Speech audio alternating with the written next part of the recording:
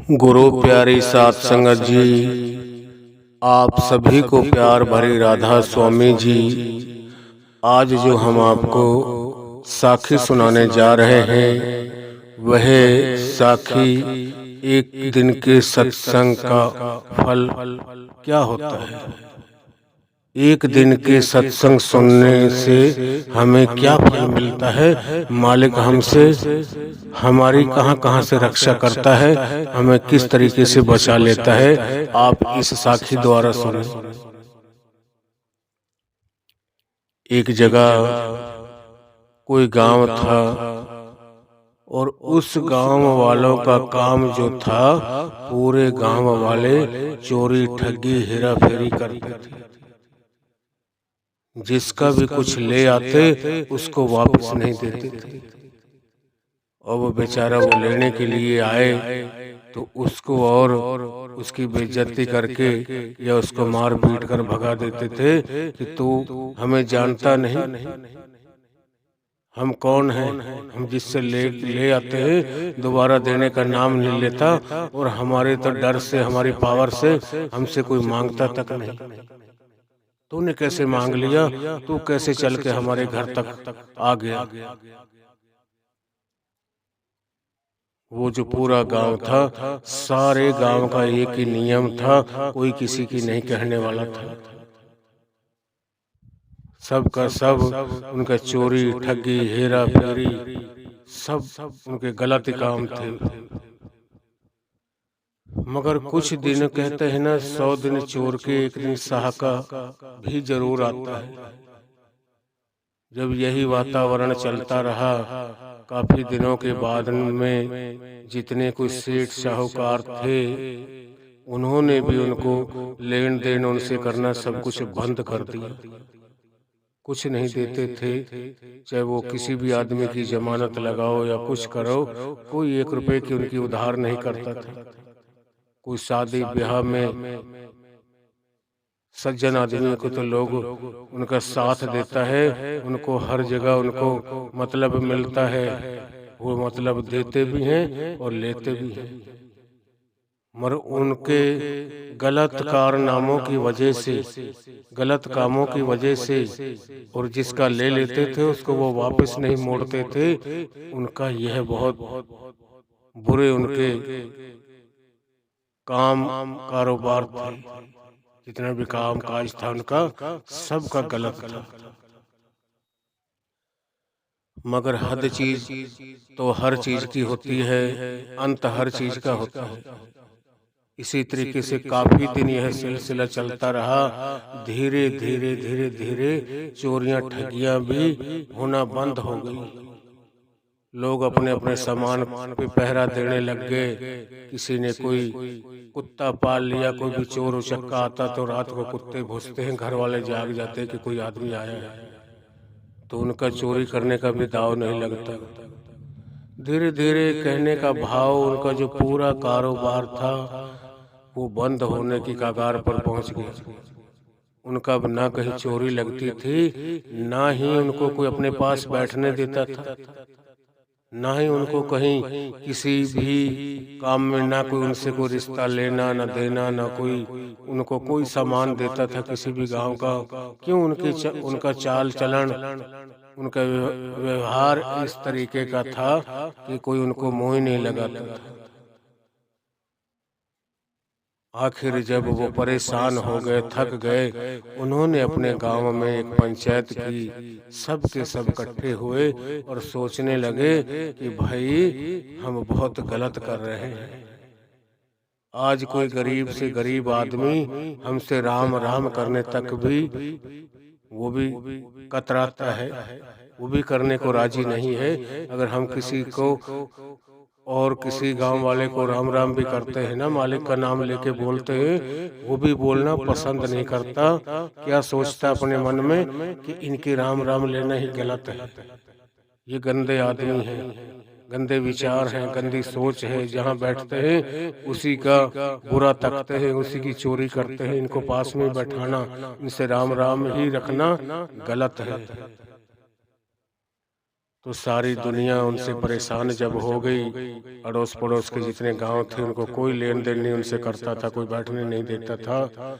तो एक दिन उन्होंने अपनी पंचायत की गांव में, जब सब जगह से रास्ते बंद हो गए, चारों खाने तरफ से ना उनकी कोई चोरी लगती, ना उनका कोई कारोबार चला, ना ही कोई उनको बैठने देता, ना कोई उनको रस पानी ब्याह शादी में लेन देन चलता ही है, कुछ नहीं सामान मिलता। तो उन्होंने जब अपने दिल से उस चीज को छोड़ने की इच्छा जाहिर की, वो बड़े बड़े गांव के जो जितने लोग थे सब के सब इकट्ठे हुए, जितना उनका परिवार था सारे इकट्ठे हुए और उन्होंने कसम खाई कि भाई आज तक हमने सबसे गलत काम किए हैं, आज कहीं भी कोई भी हमको अपने पास बैठने नहीं देता, बैठना तो जहाँ तहाँ, हमारी कोई राम राम लेने को तैयार नहीं, कोई राधा स्वामी बोलने को ही तैयार नहीं, हम जिसको बोलते हैं। हमारे विचारों के बदौलत, हमारे काम कारनामों की वजह से लोग इतने हमसे दुखी हैं, परेशान हैं, कोई सीधे माथे बोलना नहीं चाहता, और ना ही हमें कहीं से कोई मतलब मिलता है, और हमारी तो बहुत दुर्दशा खराब हो चुकी है। ना ही कोई हमारे बाल बच्चों के लिए कोई रिश्ते वाले आते हैं कि इनकी तो चाल चलन ही ठीक नहीं है, इस पूरे गांव का व्यवहार ही गलत है, चोरी ठगी हेरा फेरी झूठ बोलना सारे काम उनके, शराबी कबाबी हर जो कमियां होती हैं जितनी भी सब की सब उनके अंदर थी। किसी से मतलब ले लेते थे, झूठ साच बोल के धर्म कसम खाकर उसको वापस नहीं देते। तो जब उन्होंने अपने दिल से चाहा कि भाई जब तक हम अपना सुधार नहीं करेंगे ना, हम सही रास्ते पे सही लाइन पे नहीं चलेंगे, तो हमारे को कहीं से कोई मतलब मिलने वाला नहीं है। कभी हम सोचे भी मत कि हमें कोई अपने पास बैठा लेगा, हमको कोई अड़ी भीड़ पे या दुख सुख में, हारी बीमारी में, खुशी गमी में हमको कोई मतलब देगा, या किसी को कोई पैसा धेला सामान जो भी चीज है, हमको कोई 1 रुपए का सामान नहीं देता। तो जब उन्होंने सारे गांव को इकट्ठा करके आपस में बातचीत की, सबने कसम उठाई कि आज के बाद में हम ये सारे जो गलत काम है सब छोड़ेंगे, और ऐसा करते हैं कोई महात्माओं को बुलाए, अपने गांव में सत्संग करवाए, और हम सारे सत्संग लाइन में मालिक की भजन बंदगी करें, और अपने जमींदारा में अपने खेत क्यार की तरफ ध्यान दे, अपने कारोबार की तरफ ध्यान दे। जब उन्होंने दिल से सारी कमियों को त्यागने की सोचा ना, सबको सारी कमियों को निकालने की जब सोचा, तो मालिक उस वक्त उनका खुद ऑटोमेटिक जरिया बना देता है। जब उन्होंने अपने कसम खा ली, अपने आप को सुधारना चाहा, अपने आप को सही लाइन पर लाने की सोची, एक कसम खाई कि लोगों की कितनी इज्जत है, कितना उनका लेन देन चलता है बड़े बड़े सेठों तक, और हमको कोई 10 रुपए की चीज उधार में नहीं देता, क्यों हम उसको देते नहीं हैं। अगर वो हमारे घर पे आ गया लेने के लिए, हम उसकी बेइज्जती करके और उसको बुरा भला बोल के उसको भगा देते हैं कि आपकी हिम्मत कैसे हुई, आप हमारे घर मांगने के लिए आ गए, हमारे घर पे तो पुलिस नहीं आती, तेरी कैसे हिम्मत हो गई, तो हमारे घर पे चल के आ गया, हमारा चीज करे तो हम दे, ना करे तो कोई बात नहीं। किसी जिससे ले आते हमने आज तक वापस लौटा के दिया ही नहीं उसका कुछ भी। तो जब उन्होंने अपने दिल से अरदास, वो अपने आप में एक शर्मिंदगी महसूस की कि मालिक हमें भी अब सुधारो, हमारा अब हद हो चुका है, ना कोई हमारे बाल बच्चों का रिश्ता लेता है, ना ही कोई कुछ नहीं, सारा हमारा, ना ही हमारी कोई चोरी ठगी चलती है, अब सब कुछ की हद हो गई। अब तो हम सीधा अपने आप को सरेंडर करके मालिक की भजन बंदगी करना चाहते हैं और सीधा अपने कारोबार से जुड़ना चाहते हैं, नेक नीति से कमाना चाहते हैं, हक हलाल की कमाई करके अपना और अपने बाल बच्चों का पेट पालना चाहते हैं। तो जब उन्होंने कसम खाई तो मालिक अपना सेवकों को खुद भेज देता है। जब उन्होंने भंडारा सत्संग करवाना चाहा तो उस गांव में 3 महात्माओं को भेज दिया कि भाई आज उन्होंने उनका जो ये शरीर रूपी घर है, ये बर्तन है, ये अब बिल्कुल साफ है। अब उनके अंदर वो जो बात डालोगे वो ग्रहण करेंगे, बड़े ध्यान से सुनेंगे। आज तक तो उन्होंने कभी परवाह नहीं की। तो वो जो 3 महात्मा गए उनके गांव में, उन्होंने जाकर बोला कि भाई आज आप सारा गांव इकट्ठा हो जाओ अपने गांव के चौपाड़ में या धर्मशाला है या कहीं जहां आप कोई पंचायत घर है, वहां हम आपको सत्संग करेंगे। अब वो महात्मा क्या थे? वो तो एक मालिक के भेजी हुई उनकी सरकारें थी, खुद मालिक का ही वो संत महात्माओं का रूप लेकर उनको गए थे सत्संग सुनाने के लिए और मालिक के नाम से जोड़ने के लिए। उसने खुद ने ही 3 महात्माओं का रूप धारण करके उस गांव में गए थे। तो उन्होंने जब सत्संग का नाम लिया तो वो इस बात को पहले ही अपने अंदर में कर चुके थे कि भाई अपने गांव में अब कोई जागरण करवाए, सत्संग लगवाए, ताकि लोगों को सबको बोले और हम उनको बताएं कि भाई अब तक हमने जो चोरी ठगी की, हम उनके लिए मालिक हमें क्षमा करे, इंसान भी करे और वो भगवान भी करे, और हम अपने आप को सुधारना चाहते हैं। और आज हमारे गांव में सत्संग है और सब के सब आप आना। तो कोई गए कोई नहीं गए, मगर उस गांव के लोगों ने तो सबने सत्संग सुना, बड़े से लेकर बूढ़े तक, बच्चों से लेकर बूढ़े तक सबने सत्संग सुना। औरत मर्द बाल बच्चे बड़े बुजुर्ग जितने भी थे सबने सत्संग सुना बड़े गौर से। पूरी रात भर सत्संग चलता रहा। मगर उसी जगह में एक सेठ की दुकान थी, वो भी सत्संग सुनता रहा। सत्संग सुनता रहा तो उन वक्तों में एक नियम कई औरतों के असूल होते थे कि जब तक अपने मर्द को खाना नहीं खिला लेती थी उससे पहले खुद नहीं खाती थी, भूखे सोए रहते थे। कई तो अपने बच्चों को भी नहीं देती थी कि आज तुम्हारे पापा गए हैं, आने वाले हैं, और वो आ जाए हम सब के सब खाएंगे, बैठ इकट्ठा बैठ के खाना खाएंगे एक ही जगह। क्यों? वो उनका प्यार होता था। आज तो कोई चला गया है, कहीं भी वो आए या ना आए, आज तो खाना बनाने वाले बनाते बनाते ही अपना पेट तो भर लेते हैं, उसके टेस्ट चखते चखते ही। कि उन वक्तों में बहुत प्यार था। एक भाई कहीं किसी शहर में किसी सामान से किसी काम से जाता था ना, तो पूरे परिवार का ध्यान उस तरफ लगा रहता था कि जंगल बियाबान होते थे, उजाड़ होते थे, कोई रोड नहीं होते थे और शेर वगैरों का खतरा होता था। थोड़ी सी रात होने पर पूरा परिवार एकदम इकट्ठा हो जाता था, किसी के गले के नीचे पानी का घूंट नहीं उतरता। सोचते थे कि वो अब तक क्यों नहीं आया, क्या बात होगी। 2 भाई जाओ या 2-3 जने उसके पीछे उसका पता लो, बाजार में गया था, रास्ते में चोर उचक्का कोई भी चीज कुछ भी हो सकता है। तो जब तक वो नहीं आ जाता था तब तक कुछ खाते पीते नहीं थे। तो वो जो कोई बनिया था उसने भी पूरी रात भर अपनी दुकान को बढ़ाकर उनका सत्संग सुना। और उधर से जो बनिए के एक घरवाली और दोस्त के बच्चे थे, वो उनके इंतजार में बैठ गए कि अब वो आने वाला है, 9-10 बजे तक पहुंच जाता है और जब हम सब के सब पूरा परिवार मिलके खाएंगे। उस सेठ के घरवाली ने खीर बनाई थी खीर बना के और रोटियां वगैरह भी बना के कुछ सब्जी बनाई और रख दी कि वो आएगा तो तब हम सब के सब मिलके एक साथ खाएंगे।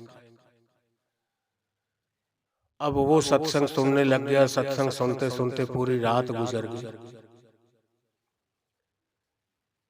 पूरी रात गुजर गई तो वो नहीं आया। इधर जो सत्संग चल रहा था, सुबह 4 बजे तक सत्संग चलाया उन्होंने। सुबह 4 को उन्होंने आरती करी और उस मालिक के वो विराम दिया अपने सत्संग को। उस वक्त आरती वगैरह कर करा के और उनको बोला जी आज का सत्संग समाप्त है, आगे फिर किसी दिन अगर आप करवाएंगे तो हम जरूर आ पाएंगे। तो वो गांव वाले जितने सुनने वाले थे सब के सब बड़े खुश हुए। कहने लगे महात्मा जी आज मांगो, आपकी दान दक्षिणा क्या है, जितना हो सकेगा हम आपको देंगे। आपने इतना बढ़िया सत्संग किया, बहुत ही ज्यादा, हम बयान नहीं कर सकते।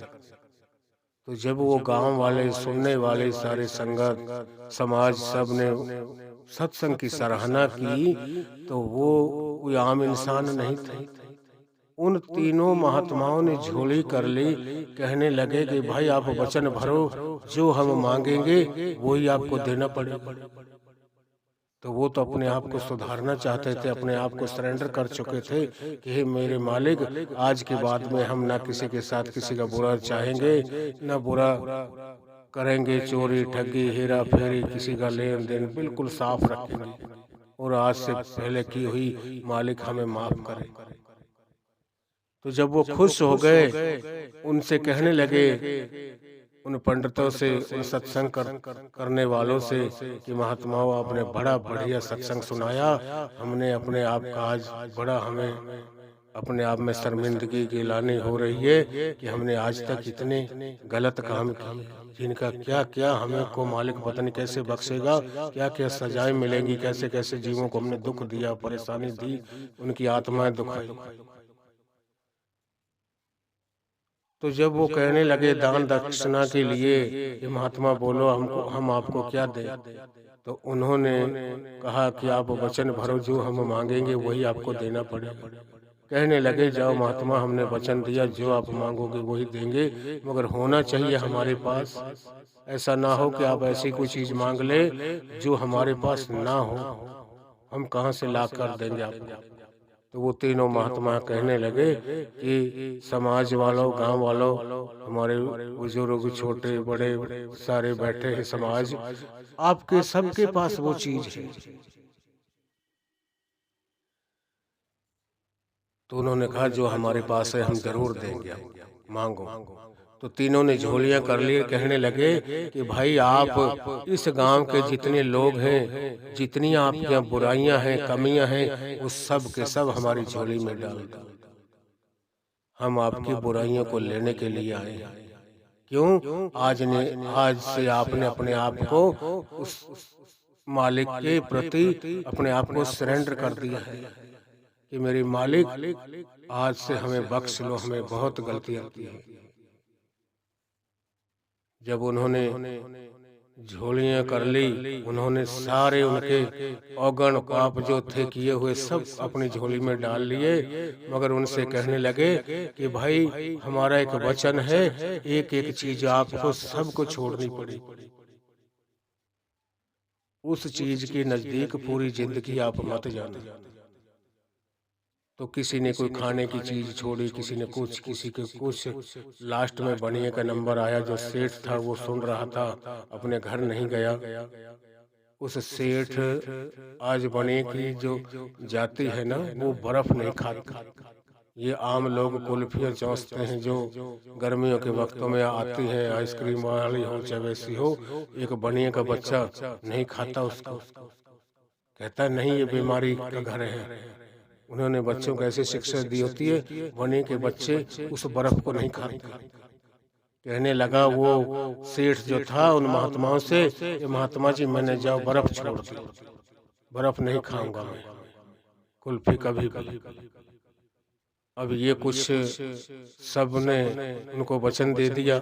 उन्होंने उनकी कमियों को अपनी झोली में डाल लिया। कहने लगे, जाओ आज के बाद जब आप बुलाओगे हर महीने या 8वें दिन या 15वें दिन आपके गांव में हम सत्संग दे के जाया करेंगे और आप मालिक की भजन बंदगी करें, मालिक आपके सारे कारोबार करेगा।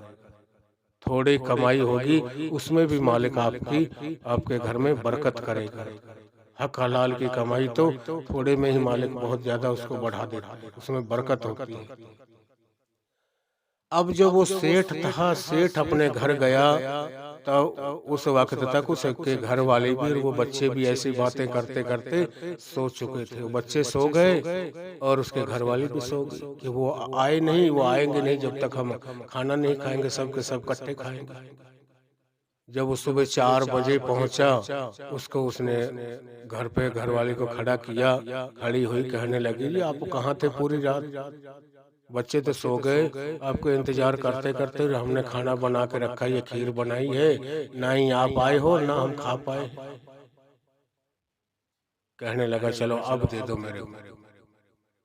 जैसे वो निकाल के देने लगी तो उसके मुख से निकल गया कि ये तो अब इतनी ठंडी हो गई है, बिल्कुल बर्फ बन गई है, ये बर्फ की तरह जम गई है। जब उसने बर्फ का नाम लिया तो उस सेठ ने वो सत्संग में बोले आया था उन महात्माओं से कि जाओ महात्माओं, मैंने अपनी तरफ से बर्फ को छोड़ दिया, बर्फ कभी जिंदगी में नहीं खाऊंगा। तो जब उसके घर वाले ने कहा, बर्फ का नाम दिया कि ये तो बर्फ की तरह जम गई, इतनी ठंडी हो गई, कहने लगा बस बस बस कि भगवान अब बस रहने दे, मैं नहीं खाऊंगा। ऐसा कर, इसको जाके डाल दे, कोई नहीं खाएगा। बर्फ बर्फ हमने त्याग दी आज से।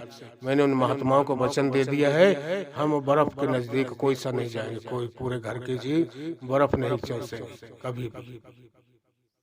कहने लगी, अच्छा अब पति का हुक्म मानना था। कहने लगा, जा उसको उधर डाल दे। तो वो जब डालने के लिए गई, जब उस चम्मच से बाहर सारी खीर को देगची में से पतीले में से निकालने लगी तो उसमें काले सांप का बच्चा मरा हुआ था। एक सांप उसमें वो बनती हुई खीर में डल चुका था। रात अंधेरी थी, उन वक्तों में कोई लाइट हुआ नहीं करती थी और वो सांप मर चुका था। जब उसने खीर को निकाल कर डाला तो वह मरा हुआ सांप उसमें से निकला खीर में से। तो उसने अपने घर वाले को बुलाया, अपने पति को। कहने लगी, ओहो ये तो बहुत अच्छा हुआ कि हमने रात को खीर नहीं खाई, अंधेरे में आप आते। उन टाइमों में दिया जलाया जाया करता था, वो भी इतना टाइम के इतने खाते पीते थे और सोने के वक्त उसको भी बुझा दिया जाता था। बिजली थी नहीं, पुराने वक्तों की बात है। और ये तो हमारी खीर के अंदर सांप मर गया था। और अगर आप आ जाते रात को 10-11 बजे ही तो हम सब के सब इस खीर को खाते और ना हमारे दोनों ये लड़के बचते और हम भी दोनों खत्म थे। हमारा तो पूरा का पूरा घर ही खत्म था, हमारे घर का कोई सदस्य नहीं बच पाता। उस वक्त उस सेठ ने अपने माथे पर हाथ मारा, कहने लगा, हो वाह मेरे मालिक, आज तुमने एक सत्संग को सुनने से हमारे कुल परिवार को बचा दिया। अगर मैं आज सत्संग ना सुन रहा होता और मैं घर आ जाता तो मेरे ना तो ये बच्चे दोनों बचने वाले थे, ना मेरे घर वाले, ना और ना मैं खुद, हम सब का सब सारे जीव खत्म थे। आज एक दिन का सत्संग सुनने से हमारा पूरा परिवार बच गया है और हम हमेशा ही उस मालिक की भजन बंदगी से हमेशा हम सत्संग से जुड़े रहेंगे। तो मालिक कितनी उसकी अपार दया मेहर होगी। मालिक का हाथ दया मेहर भरा हर वक्त हमारे सिर के ऊपर होगा। हमें कभी भी नीचा नहीं देखना पड़ेगा। वो मालिक अंग संग हमारे हर वक्त रहेंगे। यहाँ भी हैं, वहाँ भी रहते हैं वो। जिनको कोई पूरा गुरु मिल गया, फिर गुरु उनकी बाह को कभी नहीं छोड़ते। इत्थे उथे नाल तोसा बंधु जिए का, इत्थे उथे नाल। फिर यहाँ और वहाँ हर जगह वो साथ होते हैं और उनकी हर जगह से उनकी लाज बचाते हैं, उनकी इज्जत बचाते हैं। उनकी कभी ऐसा नहीं होने देते कि अपने सेवक की, अपने प्यारे की उनकी बेइज्जती हो। उनको 4 बहन भाइयों में या 150 आदमियों में उसको सिर नीचा करके शर्मिंदगी महसूस करनी पड़े, शर्मिंदगी उठानी पड़े, शर्मसार होना पड़े। अपने सेवक की छाती को, उसकी गर्दन को ऊंचा रखते हैं सतगुरु, कभी नीचा नहीं होने देते। उसका हर वक्त ध्यान रखते हैं। जैसा कोई भी जीव उसकी तरफ कदम बढ़ाता है ना, तो जैसे एक माँ छोटे से बच्चे को जब वो चलना शुरू करता है ना, तो उसके साथ साथ चलती है। अगर इधर उधर गिरता है तो तुरंत उसकी बाह को पकड़ लेती है। पहली बात तो वो उस तरफ जो चलता है उसकी बाह को पकड़ लेता है सतगुरु, और धीरे धीरे चलाना शुरू करता है ताकि ये रास्ता पकड़ जाए, रोटेशन पकड़ जाए।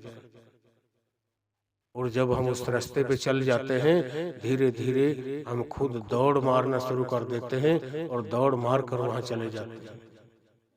मगर शुरू शुरू में हमें बड़ी दिक्कत आती है। तो आज जो ये हमारी साखी है, इस साखी द्वारा हमें यह पता चलता है कि एक दिन का सत्संग का जो फल है वो कितनी बड़ी ताकत, कितनी बड़ी पावर रखता है। और एक सत्संगी जीव बन जाने के बाद में आप तरे सगले कुल तारे, वो आप भी तर जाता है, अपने कुल परिवार को भी तरा के ले जाता है उस भव सागर से। हमें भी चाहिए इस साखी को सुनकर हम भी उस मालिक की भजन बंदगी में लगे, उसकी इबादत में लगे। गफलत में ये जिंदगी, ये जीवन बड़ा अनमोल है, इसको व्यर्थ ना खोएं। हर वक्त जब हम उस मालिक की याद बनाए रखेंगे अपने अंदर, हमारा ख्याल उस कुंज की तरह उस परमात्मा में, अपने मालिक में लगा रहेगा, तो वो मालिक भी हमें हर पल पल संभालता है, हर वक्त हमारी रक्षा करता है, एक पल नहीं बिसरता हमें। मगर हम जब उसको भूल जाते हैं, हम ही उधर ध्यान नहीं देते। एक बच्चा ही माँ बाप को ना देखे, ना समझे, तो वो माँ बाप ही कब तक उसे याद रखेंगे। वो भी धीरे धीरे अपने ख्याल हटा लेते हैं। मगर उस बच्चे के ऊपर कभी कोई विपदा आती है तो माँ बाप तो फिर अपने बच्चे के ऊपर जाकर गिरता है, जबकि गलतियां बच्चा करता है, माँ बाप की कोई गलती नहीं होती। माँ बाप कभी कोई गलत शिक्षा नहीं देते, मगर माँ बाप से फिर भी सहन नहीं होता।